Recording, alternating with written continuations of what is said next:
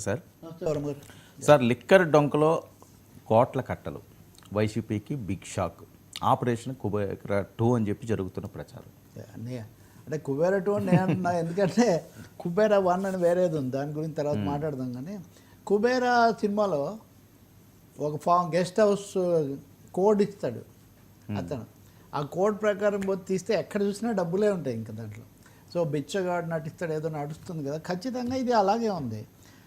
ఈరోజు ఉదయము వరుణ్ అనే అతను, ఇంకేదో ఉంది, వరుణ్ పురుషోత్తం, A40 అతను ఈ లిక్కర్ కుంభకోణం సిట్ పెట్టిన దాంట్లో. అతను దుబాయ్ నుంచి రాగానే అతన్ని పట్టుకున్నారు. అతను ఇచ్చిన వివరాల ప్రకారం శంషాబాద్ దగ్గర ఉన్నటువంటి కచారం అనే దగ్గర సులోచన ఫామ్ హౌస్, అదేమో ఉండటానికి ఎవరో ప్రొఫెసర్ పేరుతో ఉంది, కానీ తీగల బ్రదర్స్ అని ఇక్కడ ఉన్నవాళ్ళు వాళ్ళకి సంబంధం అంటారు. 12 కోట్లు రాజ్ కేసిరెడ్డి యొక్క ఆదేశం ప్రకారం అక్కడ పెట్టాము మేము, 11 కోట్లు 12 పెట్టెల్లో పెట్టాము అని వరుణ్ పురుషోత్తం చెప్తే దాని ప్రకారం అక్కడికి వెళ్ళి చూస్తే నిజంగా ఎక్కడ చూసినా నోట్లే నోట్లు. సో మొదటిసారిగా భారీ సంఖ్యలో పెద్ద మొత్తంలో ఈ నోట్లు దొరకడం అనేది పెద్ద షాక్ కిందే లెక్క. అసలే రకరకాల వార్తలు వస్తున్న సమయంలో ఈ డబ్బు రాజ్ కేసిరెడ్డి చెప్తే జూన్ 2024లో, అంటే ఖచ్చితంగా దాదాపు ఎన్నికలు అయిపోయి ప్రభుత్వాలు మారుతున్న ఆ సమయం కదా, అప్పుడు ఇక్కడ తెచ్చిపెట్టామని చెప్పి ఆయన చెప్తున్నాడు. చెప్పిందని అటు ఇటు అనుకుందామంటే అక్కడ నగదు దొరికింది. కాబట్టి ఖచ్చితంగా ఇది ఒక పెద్ద ట్విస్ట్ అని చెప్పాలి. దీంతో మా ఉదయం నుంచి కూడా వార్త వచ్చిందే ఉదయం అనుకోండి, బుధవారం ఉదయం.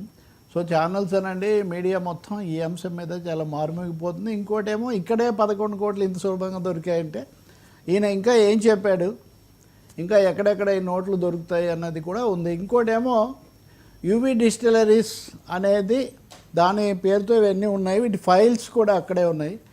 ఇవన్నీ అప్పుడేదో ప్రభుత్వ తరఫున చేస్తున్నవనే మాటతో తెచ్చి ఇక్కడ పెట్టారు. కానీ నిజానికి దీన్ని ఒక హైడౌట్గా వాడి ఇక్కడ నుంచి డిస్ట్రిబ్యూట్ చేశారు అన్నది ఆరోపణ. సో ఇది తీవ్రమైన విషయం. సరే, ఇది ఈ డబ్బు దాని నుంచే వచ్చిందని ఎలా చెప్తారో ఎట్లా ఉన్నా, ఫామ్ హౌస్లో పెట్టెల్లో అంత భారీ ఎత్తున అది కూడా ఎక్కడో వీటి మధ్యలో దాచిపెట్టారని చెప్తున్నారు.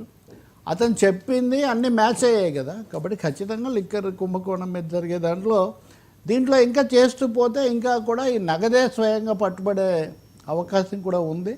ఇదో సీరియస్ టర్న్ కింద ఉంటుందని చెప్పి భావిస్తున్నారు. ఇది పైగా ఢిల్లీ తెలంగాణ లిక్కర్ స్కామ్స్ కూడా లింక్డ్ కాబట్టి ఇందులో ఒకటే ఉంటుందా, ఈ ఆంధ్రప్రదేశ్ వైసీపీఏ కాకుండా ఇది ఇంకా ఈ తీగలు అయితే ఇంకా చాలా విషయాలు బయటకు వస్తాయన్న అభిప్రాయం కూడా, సందేహాలు కూడా బలంగా వ్యక్తమవుతున్నాయి.